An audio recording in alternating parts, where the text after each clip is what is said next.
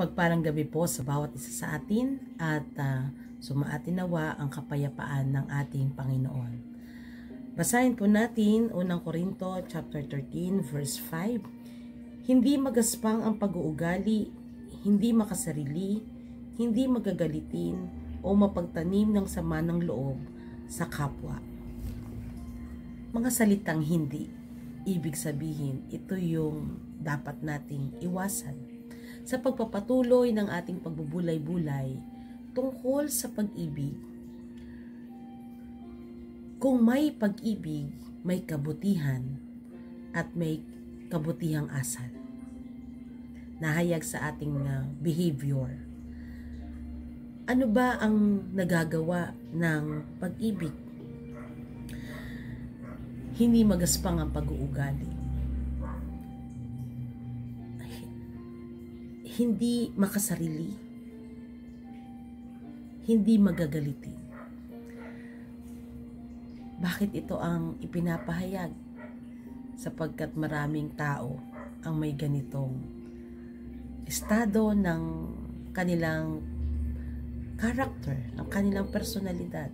Kaya si Pablo ay nakikipag-ugnayan sa mga tao na ipinapahayag at ikinikwento, itinuturo ni Pablo na higit nating bigyang pagkilala ang bawat isa. Kilalanin at bigyan nating pagpapahalaga ang bawat isa, na kung saan hindi natin tinitingnan ang pansarili nating interes, hindi tayo self-centered, hindi tayo nakafocus sa pangailangan lang at interes na pansarili, kundi sa interes at pangailangan ng ibang tao. Dahil kung mayroon tayong pag-ibig, tayo ay handang magbigay, handa nating ibukas ang ating mga kamay at magpahayag ng pagtulong, pakikipagkapwa-tao, no?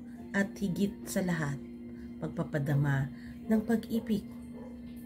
Itinuturo sa atin na huwag tayong maging self-centered person, kundi tayo ay magpahayag, makita sa atin that we are others-centered person.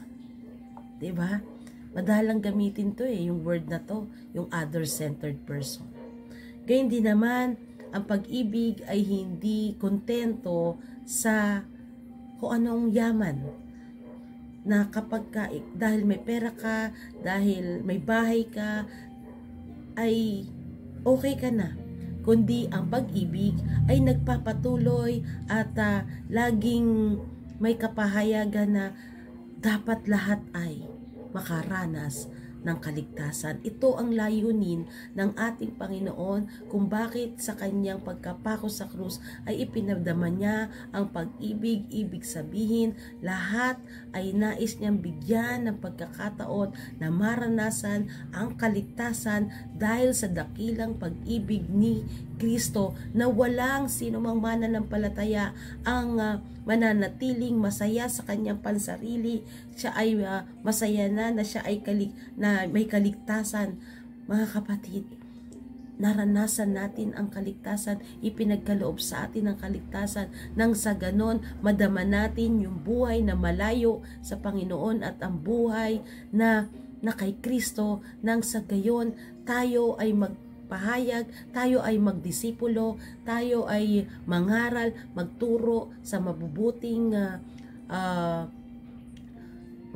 mabuting balita ng ating Panginoong Hesukristo, na hindi ma-disregard yung ginawa ni Kristo doon sa Kalbaryo. Ang pag-ibig na ito ang maging motivation natin upang tayo ay magpatuloy na magpahayag, mangaral, magkwento, magpatotoo, magturo, ipahayag ang mabuting balita ng pag-ibig ni Kristo. Ang mabuting balita, iniibig ka ni Kristo. Kaya dahil sa pag-ibig ng ating Panginoong Hesus ay maisapamuhay natin na maisapamuhay natin yung mabuting kaugalian.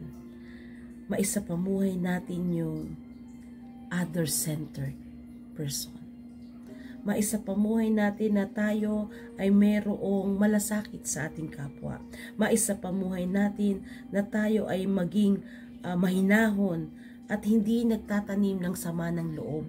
Na tayo ay mga tagasunod ni Kristo na punong-puno ng pag-ibig upang magpatuloy sa ating buhay na may malasakit sa ating kapwa, na nagbabago ang ating buhay, na si Kristo ay nahayag, na tayo ay pinapaging banal ng ating Panginoon sa araw-araw. Kaya tayo ay mapalad sapagkat sa ganitong diwa ay naaalala natin ang mga katuruan ayon sa salita ng Panginoon. At ito ay matutupad at magaganap sa dakilang pag-ibig ni Kristo na ating tatanggapin at tinatanggap sa ating buhay. Tayo manalangin. O Diyos na makapangyarihan sa lahat, maraming salamat sa iyong dakilang pag-ibig. Maraming salamat sa mga katuruan sa Biblia. Pagpalain mo kami, O Diyos, na lagi naming maramdaman ang presensya ng aming Panginoon sa aming mga buhay. Ano man ang kanilang trabaho, ano man ang kanilang ginagawa, ano man ang kanilang mga alalahanin, ano man ang kanilang mga hangarin, O Diyos, punuin mo sila ng pag-ibig at nang sa gayon sa kabila ng aming mga personal na kalalagayan ay nakakasunod kami sa inyong kalooban. Kaya't pagpalain mo ang inyong mga anak, pagpalain mo ang kanilang puso, pagpalain niyo po ang kanilang buhay, ang kanilang mga hangarin, ipagpalain niyo rin po ang kanilang pamilya, at sa mga may kahinaan, palakasin sila, sa mga may karamdaman, pagalingin niyo po sila, sa mga nangangailangan, sa material na bagay o financial na pangailangan, please provide their needs, Lord, and we pray for the empowerment of our faith with your love, with your grace. Be with us always and make us a blessing in every way at all times at sa iba't ibang pagkakataon. Maraming salamat po, O Diyos. Maghari ka sa aming buhay. At ito ang aming panalangin sa tanging pangalan ni Jesus na aming Panginoon. Amen and Amen. Mga kapatid, be concerned with one another, love one another, and accept one another with love. God bless everyone.